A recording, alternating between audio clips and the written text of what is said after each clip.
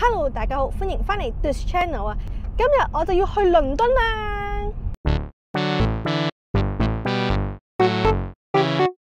咁呢一個倫敦咧，就唔係英國要搭飛機嘅嗰個倫敦啊，而係喺 Ontario 入邊嘅一個城市。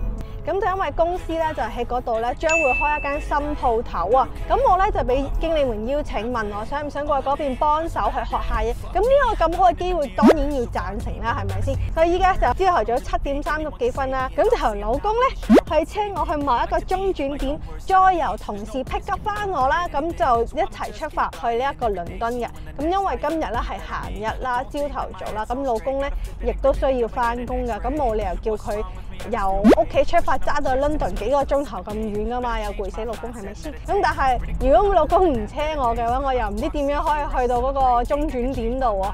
咁所以咧，唯有老公犧牲少少瞓覺嘅時間，車咗我先，跟住先翻工啦。咁呢個中轉點咧就係某一個同事嘅屋企，就喺 Etobicoke 入邊嘅。咁我哋都係未去過呢個地方啦。咁而睇 Google Map 好似話由我哋屋企出發咧，好彩地唔塞車咧，其實半個鐘到，但唔好彩塞車就可能要個零鐘頭先到。咁所以我哋今日咧都其實早咗出門口噶。因為今次都係去工作嘅關係啦，咁工作上面就應該拍唔到片嘅。London 咧就唔係用 Presto Card 去搭車嘅，咁所以我都唔知有冇時間出去行逛啦。咁然後有嘅話就可能就係收工嘅啲時間啦，或者食嘢啲時間咧，先至可以拍到片俾大家睇啦。咁依家咧就塞下車先，跟住去到咧再話俾大家聽啦。1 hour later， 大家咁其實我咧就已經到咗我哋嘅中途站啦，咁就係身後邊同事嘅屋企啦。其實咧係比預定時間早咗半個鐘頭嚟嘅，咁因為始終都驚塞車啦，咁老公亦都要趕翻車翻去公司，費事佢遲到啊嘛。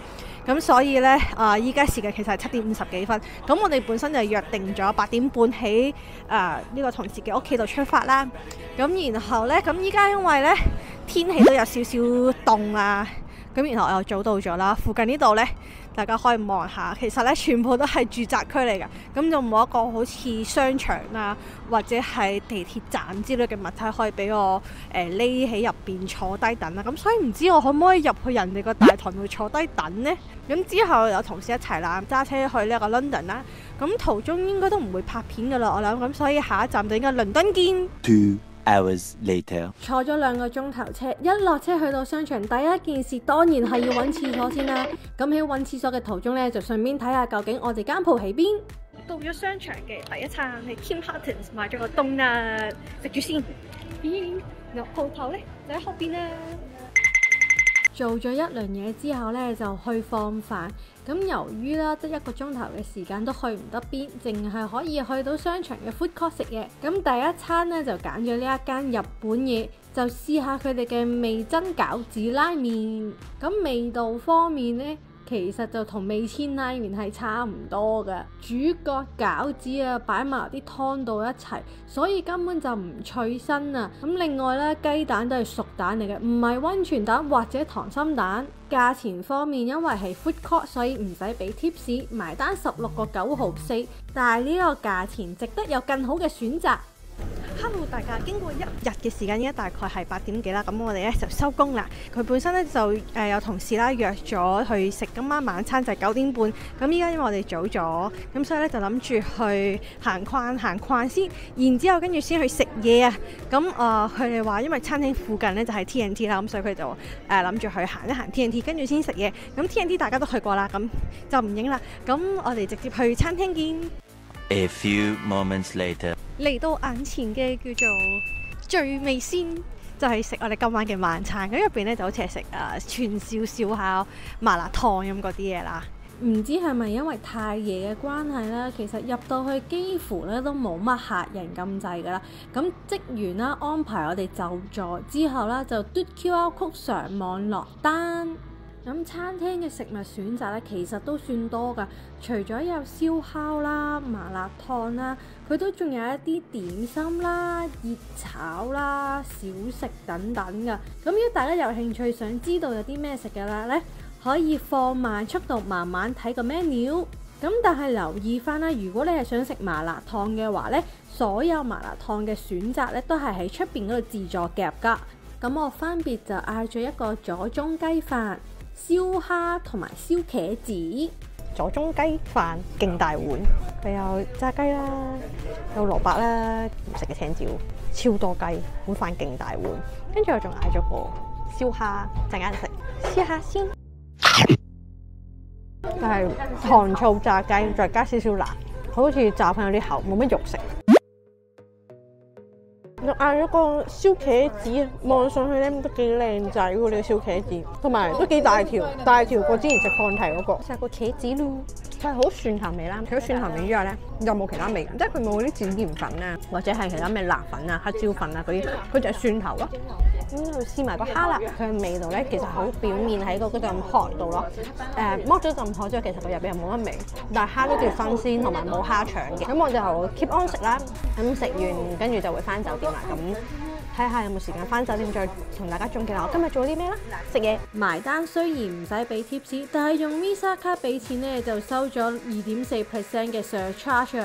食飽飽就係時候翻酒店啦。咁呢幾晚咧都會 stay 喺同一間酒店噶。咁酒店同我哋個商場距離咧就只係3分鐘嘅揸車時間，所以係非常之近嘅。Hello 大家，咁我已經翻到嚟酒店啦。咁依家嘅時間其實已經係夜晚10點幾啦。喺沿途揸車過嚟嘅時候，其實咧從遠處睇咧根本就唔覺得呢度似一間酒店，因為依家咧就天黑啦，咁所以就影唔到出邊俾大家睇。當我揾一日朝頭早落去影一影呢棟樓嘅外觀俾大家睇，咁即係大家就知道點解我覺得呢度唔似一間酒店。Anyway 啦，講翻間房先啦。咁我哋總共5個人啦，咁老細咧都好好咁樣咧分配俾我哋每人一間房，就唔使同人 share。咁我覺得都幾開心嘅，因為我都幾中意自己一間房咁樣啦。係咁，我覺得呢件事好奢侈，多謝老細。係啦，講翻我呢間房啦，呢度就係門口位啦。一入嚟咧，右手邊就係洗手間啦，然之後跟住咧就係好典型嘅企缸啦。咁然之後跟住佢都係有啲洗頭水啦、沖涼液供應嘅，係啦。咁另外佢亦都有多啲 lotion。點解護髮素係咁細支嘅？係咯，跟住番梘咁樣樣咧，咁就冇牙膏牙刷嘅。好彩我有自備過嚟啫。咁廁所嘅對面咧就係晾衫嘅地方啦。咁我擺行李啦。咁然後過嚟呢邊咧就有少少冰箱。咁唔知呢度嘅冰箱有冇 welcome drinks 嘅呢啲？係冇㗎，好唔緊要。但係因為呢度有得裝水，係啦。咁呢度咧就係一張 queen size 嘅床啦。咁呢度最神奇係咩咧？佢有一個好似鬧鐘，但其實咧你可以插你嘅 play 啦，跟住播歌咁樣咯，咁幾特別呢嚿嘢。咁隔離有插頭啦、charger 啦。咁然後呢一邊咧就有一個超級大嘅電視啊。咁但其實我都唔會睇電視嘅，所以對我嚟講冇乜所謂。凳啦，咁呢邊就有台啦，又有凳啦，咁其實都方便做嘢。咁另外呢度都有一部 capsule 咖啡機嘅，咁佢亦都提供咗啲 capsule 啦，同一啲奶俾你嘅。唔知係使唔使收錢嘅啫，係可能你飲咗幾多杯，然之後跟住當你退房嘅時候就會收翻你錢咁上下，我唔知啦。因為頭先拎房卡嘅時候，我哋俾咗 deposit 嘅，咁係啦，所以唔知會唔會扣翻錢。咁我間房嘅風景咧，其實就係望停車場嘅啫。咁我就係住喺2樓啦，所以唔算話好高。咁其實風景咧真係冇乜所謂嘅啫，因為主要翻嚟都係瞓覺嘅啫嘛，係咪先？反正日頭都係出去翻工，咁所以咧風景呢家嘢咧就唔睇嘅啦。咁就亦都唔中意曬太陽嘅，咁所以咧我都會落簾㗎，費事佢殘親我瞓覺嘛。簡單嘅 room tour 咧就係咁樣啦。咁講講我今日做咗啲咩啦？我哋去到個 Masonville Mall 啦，基本上就係買咗少少嘢食啦，跟住就開始開工啦。咁因為咧鋪頭咧佢啱啱先裝修完啦，咁所有貨架咧都係空嘅。咁我哋今日主要就係去將啲 product 啦去放翻上架。咁公司都有條 team 啦，佢係設計好晒每個貨架放啲乜嘢啊，點樣放啊，咁有晒啲圖片啊。咁我哋依住嗰啲圖片去將啲貨放翻上架嘅。嗰啲圖都係參考，因為有啲貨根本就未嚟到，或者可能佢哋呢一間 location 冇 carry 啲貨啦。有啲地方都要自己執生，去究竟睇下放啲乜嘢會着好啲咁樣啦。主要上咧今日都係去將啲 product 放翻上架啦。So far 嚟講，其實我哋未做晒所有嘢嘅，因為今日好似話嚟咗8版貨，咁聽日會嚟多4版貨，咁就可以將所有貨放晒上貨架。同大家講個時間線啦，咁今日呢係呢一個星期4 27號啦，咁就係準備貨架嘅嘢啦。咁聽日都係準備貨架嘅。咁如無意外，禮拜5呢就會係所有嘢 ready 晒啊，可能做翻個大清潔啊 ，label 下啲貨啊 ，check 下啲 machine 啊。O 唔 OK 啊咁樣樣，我唔記得咗禮拜日定禮拜1啦，30號定唔知31號就會係 soft opening， 咁到時我都會繼續 stay 喺嗰度去幫手去開鋪咁樣樣嘅。點解會突然之間有咁樣嘅機會俾我嚟到 London 呢一間新鋪嚟學習啦？咁呢一個遲啲揾條影片再同大家解說。咁今次呢條片咧，主要係講我喺 London 幫手開新鋪嘅日常事務啦，叫做係啦。咁依家時間都好夜啦，其實已經我頭先話10點幾，其實原來咧已經係11點半。咁我都要準備去沖涼啦、休息啦、瞓覺啦。咁我哋聽日再見啦，拜拜。Day 2 Hello， 大家好，歡迎翻嚟 This Channel 啊！咁今日咧就嚟到 London 嘅第2日，咁而家咧其實已經係晚上放咗工嘅時間，因為今朝早咧實在係冇時間去為大家拍片㗎，直到我收工先拍片。咁依家我哋就係嚟食晚飯啦，咁就嚟食一間中國麵館咧，咁就叫宇晴麵館。入去啦！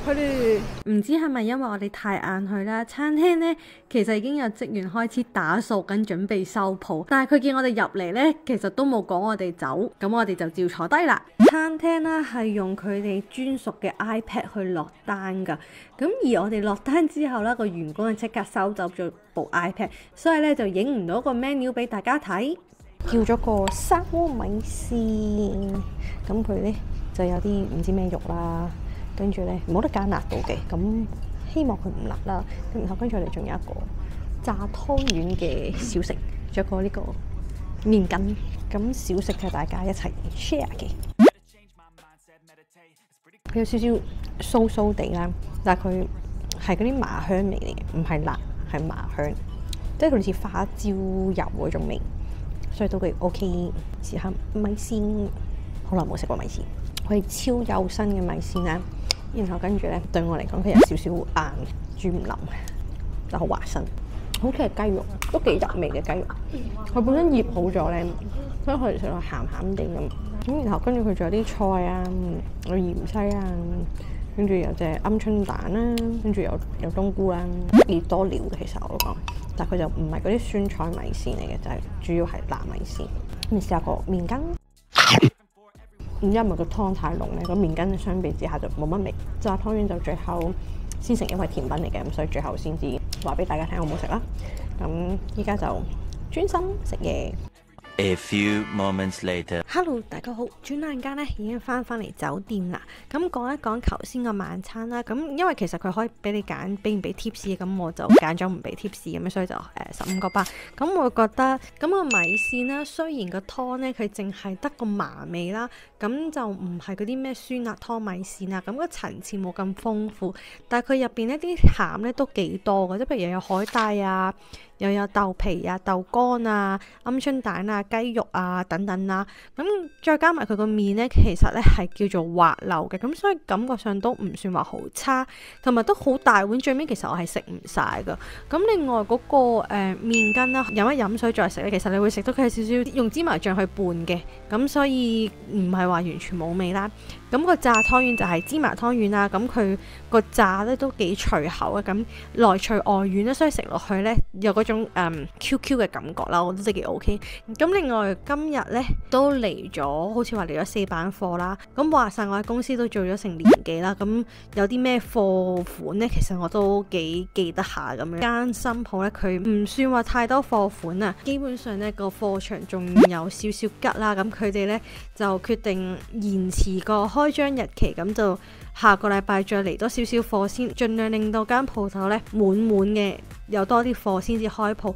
咁所以琴日講嘅計劃咧，咁就會有一啲嘅變更，就唯有基本行步睇下咩做啦。咁依家時間10點半啦，咁都要休息下啦。咁如果聽日啦，我早咗落樓啦，咁或者都可以影一影俾大家睇下呢一個酒店究竟係點嘅樣啦，就咁樣咯。咁我哋聽日見啦，早唞，拜。Day 3. Hello， 大家好，歡迎翻嚟 This Channel 啊！咁今日咧就係我嚟到倫敦嘅第3日，依家咧係朝頭早嘅10:44啦。咁就約咗同事咧，10點搭10咧就喺呢度等啦。咁我哋就一齊揸車出發去翻Masonville Mall 嗰度繼續開工嘅。咁趁依家少少時間咧，咁我就同大家影一影究竟我哋酒店嘅外圍係點樣。因為第一晚同大家講嘅時候啦，我哋已經係夜晚影唔到酒店嘅外圍啦。而我亦都講啦，呢一間咧喺由外面睇落嚟咧，其實係唔似一間酒店。究竟點解咧？就依家話俾大家聽啦。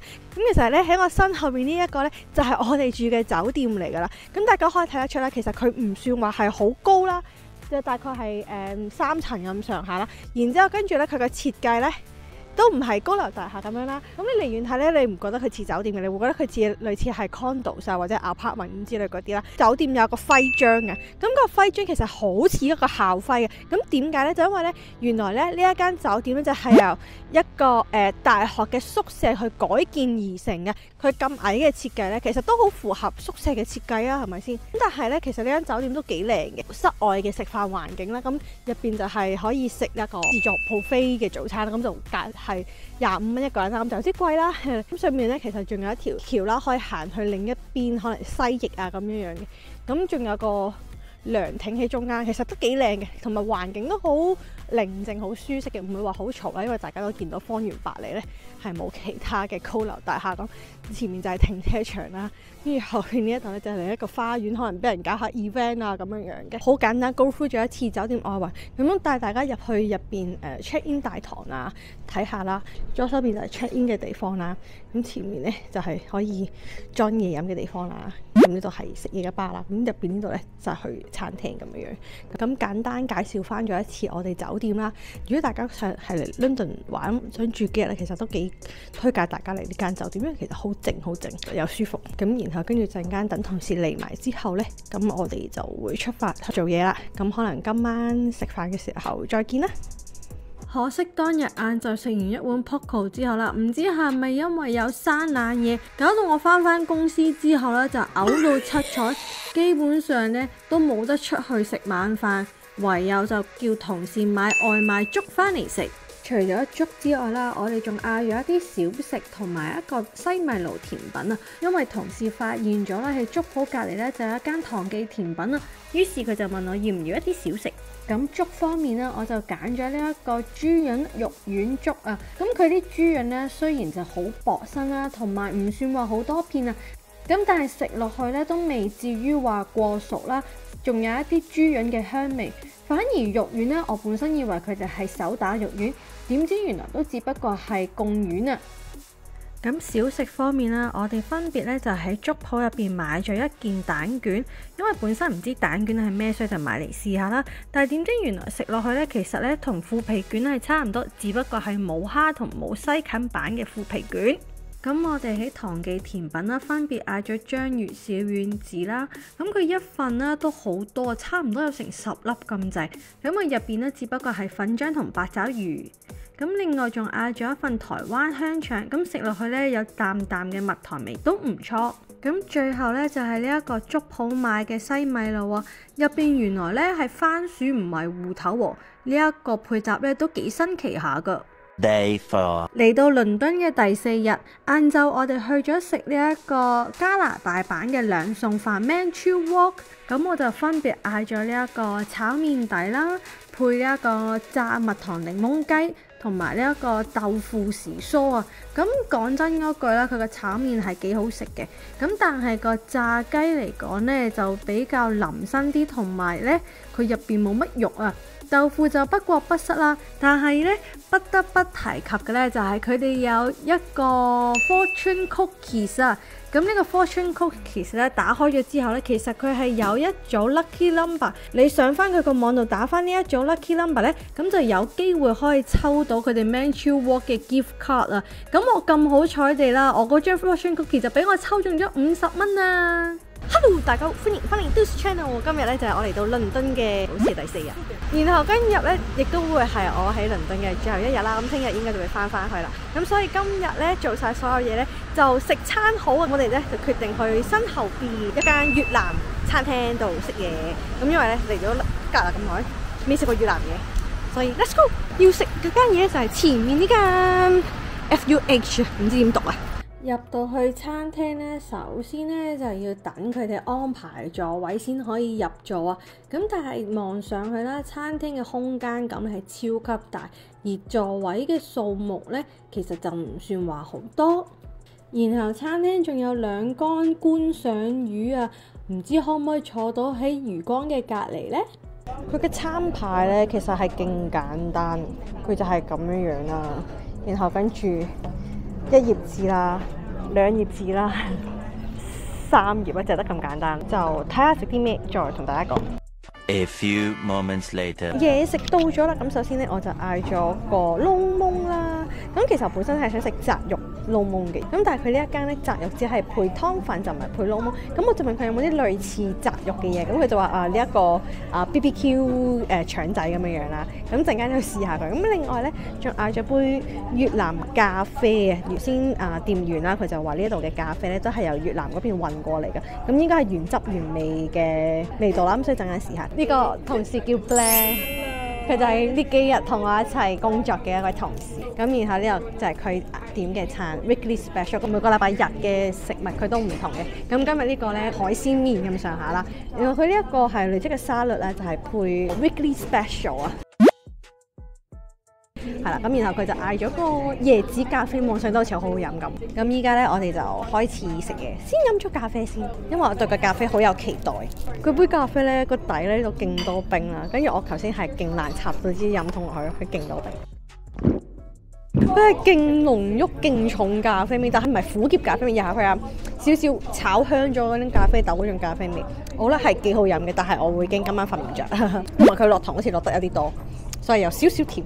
試下呢個，佢個味道其實同香腸係有啲出入，但係我又噏唔出。佢有啲蒜頭味，但佢又唔係台灣香腸嗰種，目前食唔出，但係幾好食嘅係。有春卷啦，佢係粉絲春卷啊，就唔係蝦肉春卷。咁我個人咧其實對粉絲春卷係麻麻地，佢每一個撈麵嘅配搭咧都係配春卷，你走唔甩。跟住亦都會有啲酸蘿蔔咁樣樣啦。咁我其實好中意食酸蘿蔔。佢個魚露咧有啲鹹，但佢個麵咧有啲碎濕濕，夾上嚟咧有啲碎濕濕，佢唔係一個好完整嘅麵。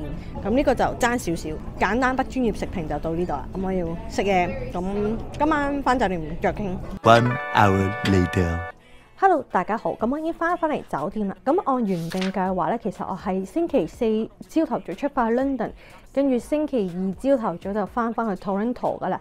咁因為中途計劃有變啊，咁所以咧我哋將會提早翻去多倫多嘅。咁喺呢度啦，都多謝公司肯俾呢個機會我過嚟 London 呢一度咧，去學習點樣去 set up 一間新鋪頭噶。咁呢一個學習嘅機會咧，其實都對我將來工作上嘅轉變咧係好大嘅幫助。咁至於我工作上面會有啲咩轉變呢？當我確實咗之後咧，再會喺另一條影片度同大家講解翻噶。咁總括一下，我呢幾日究竟做咗啲咩嚟啦？將啲貨品放上貨架啦，整好個 layout 啦，打下價錢啦，開啲 tester 啦，跟住同埋同佢哋做一啲好基本嘅 training 咁樣嘅。咁我嘅 London 之旅咧，其實就係翻工啦、食飯啦、翻酒店啦。第二朝翻工食飯翻酒店，基本上咧我係冇時間去 explore 成個倫敦有啲咩玩嘅，主要都係工作為主嘅啫，因為嗰個訴求就係想翻工，冇其他嘢。咁所以如果咧你哋係想知道倫敦有啲咩好玩好食嘅嘢咧，咁唔好意思啦，大家，我呢條影片就講唔到咁多俾大家聽。如果你想知道 London 其實究竟有啲咩好玩好食，或者你已經嚟過 London， 覺得呢一度係好值得我哋再嚟嘅話，留言說服老公揸車過嚟 London。咁我哋下條片再見，拜拜。第二朝早，我哋喺酒店 check out 咗之後啦，同時喺小紅書上面揾到一間早餐店，評分都唔錯，咁我哋就決定先食咗一個早餐，先至開車返多倫多。咁呢一間早餐店啦，除咗鹹點之外咧，都仲有甜點供應噶。咁好耐冇食過甜品嘅情況底下啦，我就嗌咗一份香蕉榛子醬窩夫，咁同時咧佢就嗌咗一個 Benedict 蛋嘅早餐配 latte。由於份香蕉窩夫啊實在太大份嘅關係啊，到最後咧我都係食唔晒，打包咗一半翻屋企俾老公試下。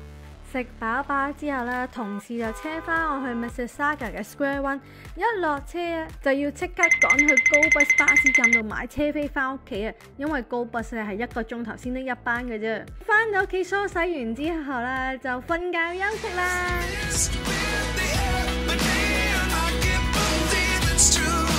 Just as surprised as you.